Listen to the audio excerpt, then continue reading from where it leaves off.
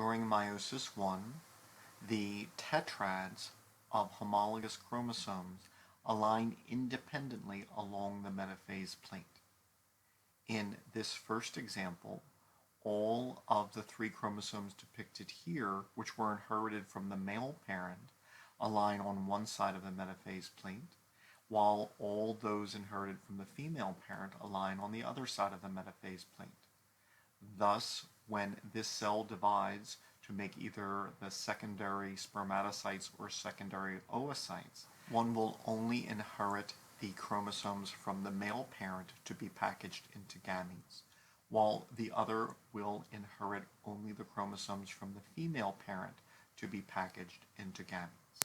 However, there were other possible alignments of the pairs of sister chromatids in meiosis I. In this example, when the cell divides to form either secondary spermatocytes or oocytes, then one cell will receive the maternal copy of chromosome 1 and the paternal copies of chromosomes 7 and 20, while the other will receive the paternal copy of chromosome 1 and the maternal copies of chromosomes 7 and 20. And thus the sex cells produced from each of these cells will differ. Other alignments are possible given that the chromosomes are aligning independently.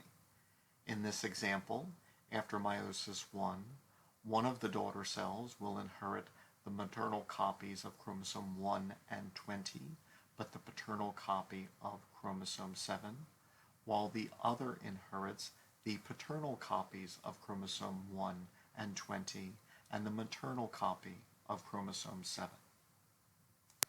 Still other combinations are possible. Thus, the independent assortment of chromosomes in meiosis I guarantees that there will be variation in gametes. The gametes will possess differing combinations of maternal and paternal chromosomes, and thus sperm produced by one individual will vary, and the ova produced by a different individual will vary from each other.